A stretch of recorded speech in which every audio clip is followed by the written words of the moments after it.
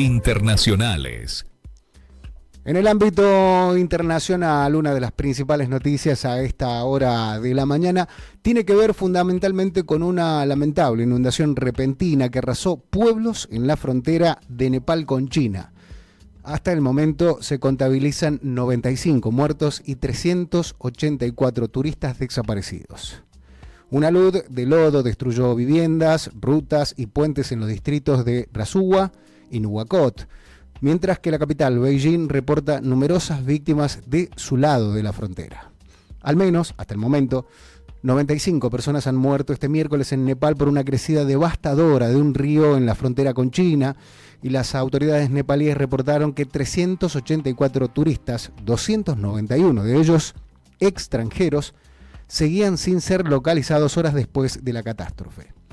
Un torrente de lodo y escombros se desbordó de un río y sepultó edificios, lo que desencadenó una frenética búsqueda de sobrevivientes. Hasta el momento hemos reportado 95 muertes, declaró el vocero Abhi Narayan Kafle, quien agregó que unos 28 agentes de policía también continúan desaparecidos. Los medios estatales chinos informaron hasta el momento de numerosas víctimas, sin precisar cantidades, a causa de un deslizamiento de tierra en una zona fronteriza con Nepal, en la vecina región del Tíbet, y el presidente de ese país, Xi Jinping, ordenó una operación de rescate a gran escala. Las imágenes en redes sociales son alarmantes. Un video difundido, por ejemplo, por la policía nepalí muestra el momento en que el río desbordado arrasa con varias casas en el distrito de Rasuwa. Otro registro que fue tomado desde un helicóptero por la empresa Altitude Air exhibe la magnitud de la inundación en los valles del norte de ese mismo distrito. Filmaciones de testigos en redes sociales individuales y por drones en el vecino distrito de Nuwakot muestran el agua arrasando estructuras a orillas del río Botekoshi, con edificios cubiertos de barro y caminos cortados. Nacionales. Bueno, pasamos al ámbito nacional. Una de las principales noticias en el ámbito de la República Argentina tiene que ver fundamentalmente con un hecho policial que llamó poderosamente la atención. Hija de puta arrodillate, perdón los términos, pero es una de las menciones que hace esta noticia policial. Son las pruebas para acusar a la jefa de un penal de Magdalena, que ha sido detenida por torturar y violar a las reclusas, a las presas. Dayana Balmaceda fue detenida ayer martes, por la Policía Federal. El fiscal Álvaro Garganta espera indagarla. Las detenidas han declarado en su contra. Esto viene con una data de anterioridad. A fines de 2025, Dayana Belén Balmaceda, en ese entonces jefa de vigilancia y tratamiento del penal de mujeres de Magdalena, encabezó un acto protocolar dentro del complejo penitenciario cercano a La Plata, junto con un equipo de trabajo en el cual ella coordinaba. Le entregó sus diplomas a personas privadas de su libertad por su egreso en diversas carreras del Instituto Local de Formación Docente. Hubo tortas y felicitaciones aquel día. Hoy para Balmaceda hay cárcel. Así dijeron desde la comunicación oficial. Ayer el Departamento de Delitos Fiscales de la Policía Federal allanó su casa en La Plata.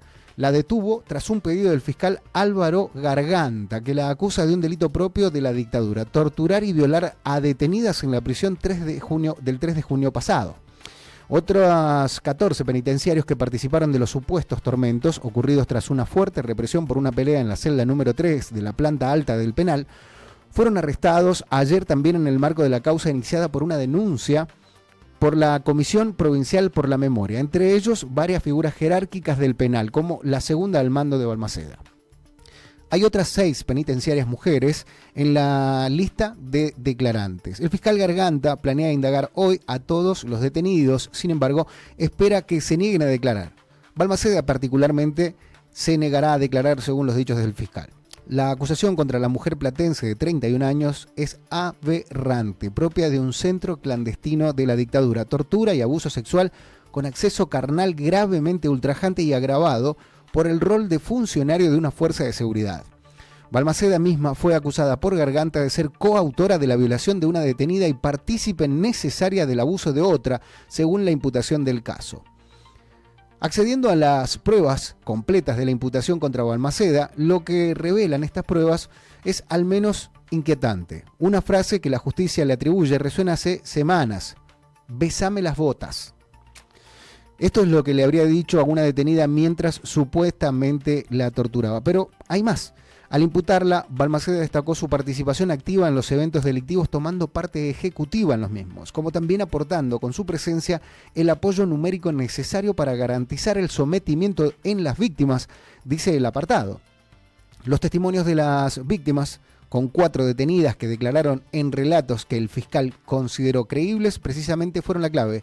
Las mayúsculas les corresponden al expediente. Balmaceda me decía que cierre el orto. Perdón, esto es un textual. Que me calle y que me arrodillara. Yo me arrodillé. Balmaceda pidió un colchón. Estando boca abajo, la encargada, Toledo, o María Belén Toledo, una de las penitenciarias acusadas, me bajó los pantalones hasta las rodillas sin bajarme la bombacha, declaró una de las víctimas. Allí, Balmaceda me dijo: besame la bota porque esta es mi cárcel, acá se hace lo que yo digo. La detenida se negó. Toledo me levantó la remera hasta el cuello y me arrancó el corpiño. Yo grité y Balmaceda me dijo: cerrá el orto si no querés que te haga romper el culo. Deportes. Bueno, cambiamos un poco el aire, ¿no? Es difícil relatar este tipo de noticias. Nos vamos al deporte, nos vamos a lo que tiene que ver con uno de los clubes más importantes de la República Argentina. Estoy hablando de River Plate, que se enfrentará por segunda vez a Independiente Santa Fe, esta vez en el Estadio Monumental. Tras el 0-0 en Colombia, el millonario define su serie de octavos de final este miércoles en el Monumental. River va a cerrar así su serie de octavos de final de la Copa Sudamericana frente a Independiente Santa Fe. El partido empezará a las 21:30 en el Monumental, donde el equipo de Eduardo Chacho Coudet, que atraviesa un presente irregular y está bajo la lupa, buscará aprovechar la localía para conseguir el pasaje a los cuartos de final después del 0-0 en la ida en Bogotá. El millonario llega a la revancha con la obligación de conseguir una victoria para avanzar directamente después de un empate sin goles en el Campín, que dejó la serie completamente abierta. En Colombia, River tuvo dificultades para imponerse y terminó rescatando un resultado que ahora le puede llegar a permitir la clasificación ante su gente. En el torneo clausura, sin embargo, el presente no lo acompaña a River, que viene de empatar 2-2 con Vélez en el Monumental y apenas consiguió una victoria en las primeras 6 fechas del campeonato. Fue el 2-0 ante Argentinos Juniors. Con 4 puntos, el equipo aparece en la parte baja de la zona B y necesita empezar a cambiar la imagen.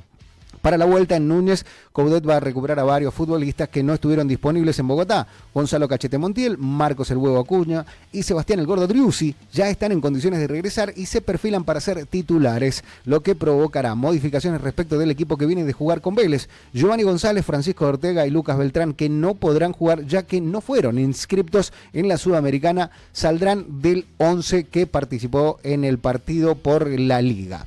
El panorama de River cambiará sustancialmente, por supuesto, respecto del equipo que jugó en Colombia, donde Coudet tuvo que improvisar en los laterales con Lucas Martínez Cuarta y Facundo González, dos centrales que ocuparon posiciones que no son las habituales para ellos. Ahora, con los regresos de Montiel y Acuña, el entrenador podrá volver a armar una defensa mucho más cercana a lo que él pretende. Internacionales.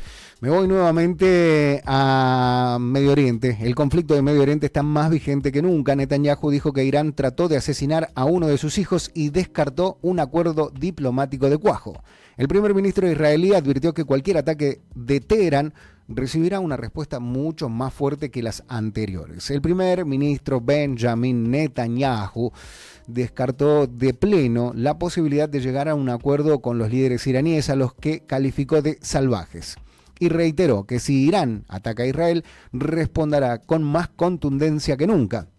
Además, no conforme con esto, señaló que el régimen de Teherán había intentado asesinar a uno de sus 2 hijos, en lo que pareció ser una defensa del reciente y poco habitual acuerdo para extender su protección de seguridad, incluso si pierde las próximas elecciones. Aquí creo que hay algo bastante increíble. Irán apuntó a uno de mis hijos. Irán intentó asesinar a uno de mis hijos, dijo Netanyahu al canal progubernamental Canal 14 en una entrevista telefónica, sin especificar cuál de sus 2 hijos fue el objetivo, ni tampoco precisar más detalles. Los medios de comunicación en hebreo señalaron que el asunto había estado bajo censura durante varios meses. Canal 12, por ejemplo, afirmó que el supuesto complot del asesinato es conocido por el aparato de seguridad israelí desde hace varios meses. Netanyahu, por otro lado, habló de su última reunión en Washington hace casi un mes con el presidente estadounidense Donald Trump, donde le trasladó que, si bien no tenía ninguna objeción a llegar a un acuerdo con Irán, dudaba que se pudiera con esos salvajes, según sus propias palabras. Es imposible llegar a un acuerdo, añadió Netanyahu, sobre esa opción, que fue una de las tres que, según su versión, discutieron Trump y él. Cito: no permitiremos que Irán nos ataque y si, Dios no lo quiera, nos atacan, recibirán un golpe con el que ni siquiera han soñado, mucho más fuerte del que han recibido hasta ahora, dijo en un acto celebrado este martes por la noche en un asentamiento israelí en Cisjordania, cuyo discurso distribuyó este miércoles su propia oficina. Otra de las opciones barajadas con Trump fue la de la acción militar. Le dije, estamos ahí, nos defenderemos, no permitiremos que Irán nos ataque.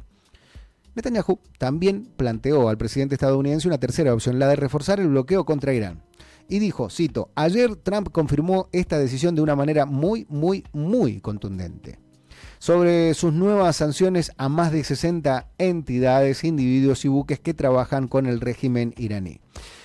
A raíz de esto, el petróleo cae ante las expectativas de un acuerdo entre Irán y Omán para reabrir Hormuz, lo cual no beneficia a la presión de Estados Unidos.